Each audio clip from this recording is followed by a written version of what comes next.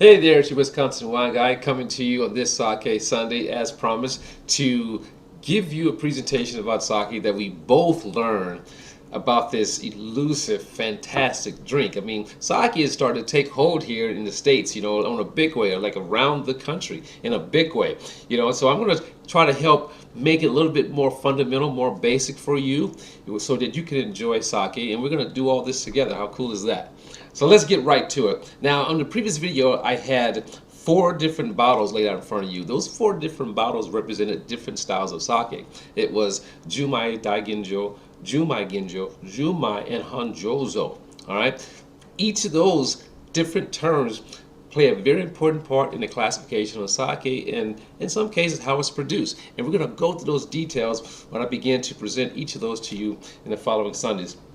But first, I have my tools in front of me, my note sheet, I have my flavor wheel, and I have this chart here, which is acidity and a sake meter value, this scale of dry to sweet. I mean, these are very important parts, so you understand as we go along. I also have my Vin temp, something that I used years ago and sold in my store, just to take the temperatures of beverages, take the temperatures of meats, food products. So this is coming in at 104 degrees here on the sake. I have this on a nice little warmer here. You'll find the details on that down below. And now for my sake in the bottle, it's coming in at about 44 degrees. I mean, as it begins to warm up, it came from the refrigerator at 41, but as we sit here, it begins to warm up a little bit, so I'm going to have to move kind of fast so I can keep it at that nice cool chill temperature.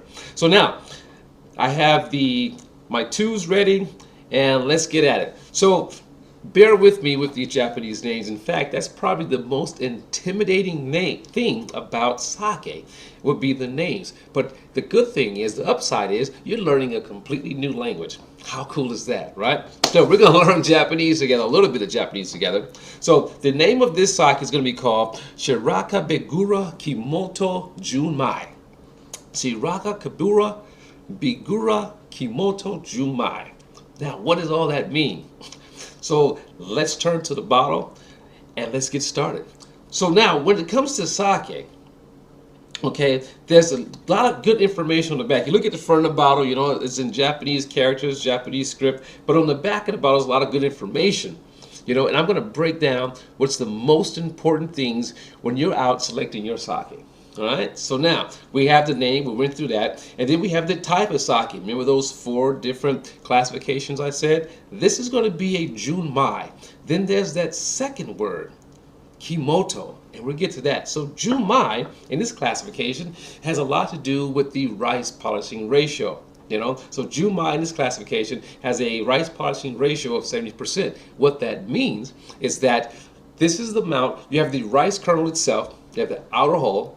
When it goes to the milling process, it gets shaved off, and this is shaved off to like 70% of the hull or the outer core remaining from the inside. That little white thing you see inside of rice, yeah, all right? So the closer you get to that, the more refined the sake is going to be. So this is at 70%, all right? So that's Junmai. Now, Kimoto. That's a very important term here. Kimoto has a lot to do with the process and how the sake is made. Now, this isn't wine. This is a grain, unlike wine made for grapes, but they're both G's, right? Okay, so Kimoto is a process, a more labor-intensive, hands-on making process, as opposed to the modern making of sake. So you take the koji, the water, the rice, and that's put into a little vat, and in that vat you have men working with pedals and making the mash, getting prepared for the yeast, making the mash, all right?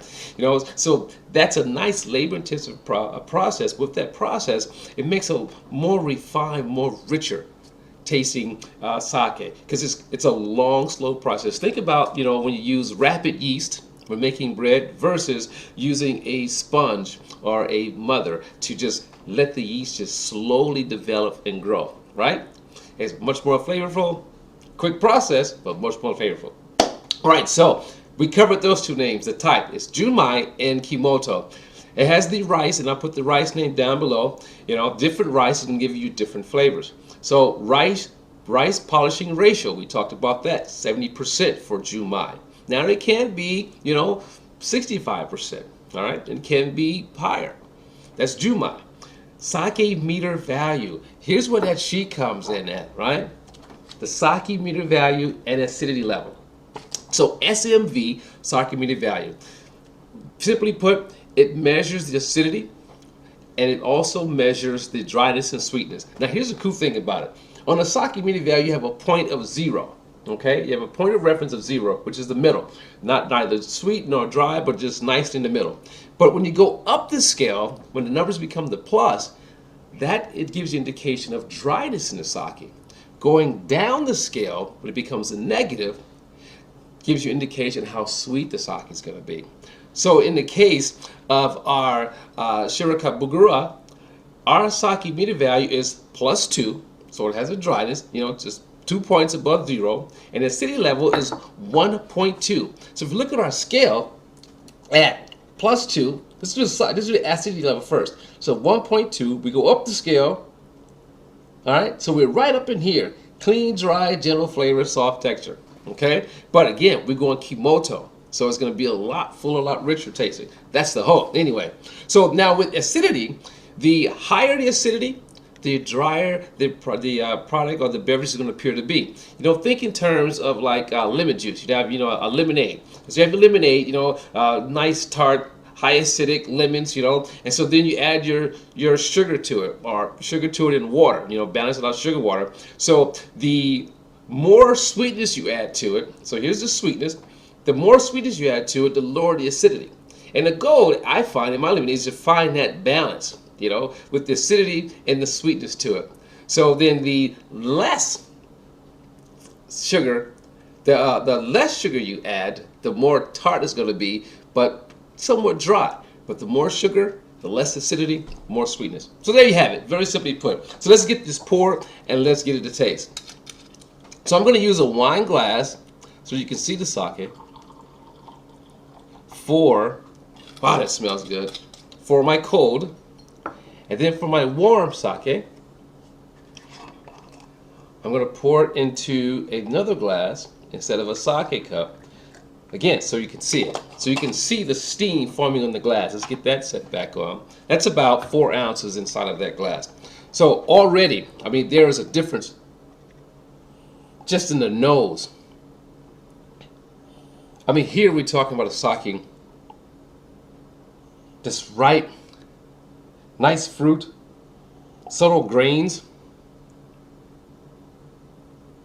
Whereas with the warm sake, wow, it's a lot more richer, savory smell. And you can even pick up on some of the alcohol. That's just a total difference. The grain smell is accentuated with the warm, when the sake is warm. But then there's a fruitiness that you pick up more here when it's cold, it's chilled. So let's give it a taste, just like wine. We looked at this clear. This is a fairly clear sake, nicely filtered, nicely fine. Let's give it a taste.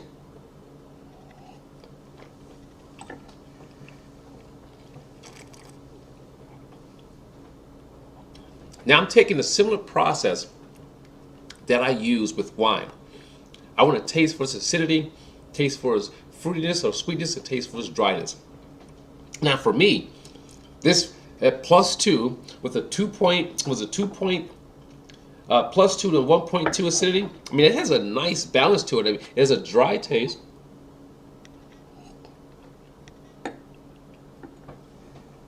a dry finish, but nice and fruity across the palate.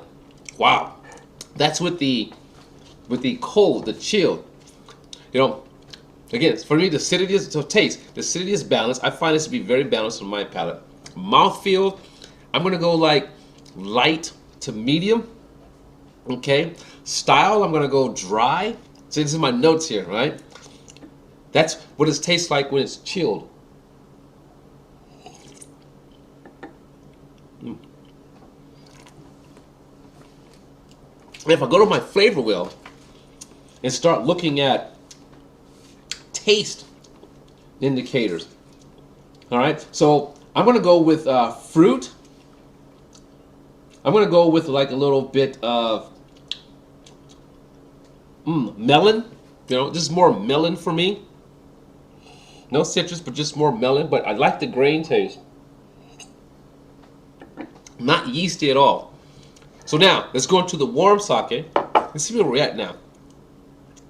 So we're still in the warm realm of 90 degrees. Okay, it drops. When you change the vessel, it drops. So let's give that a nose. And now let's give it a taste.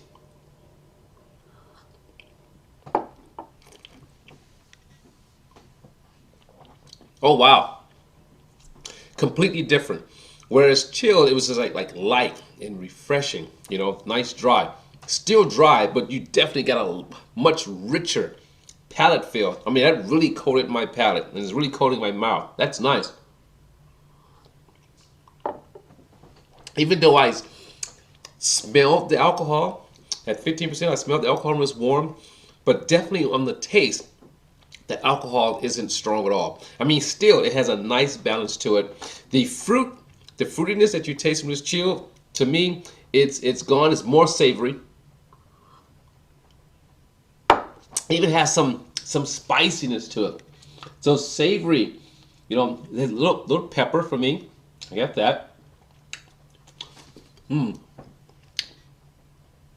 and there's a nuttiness to it in the background,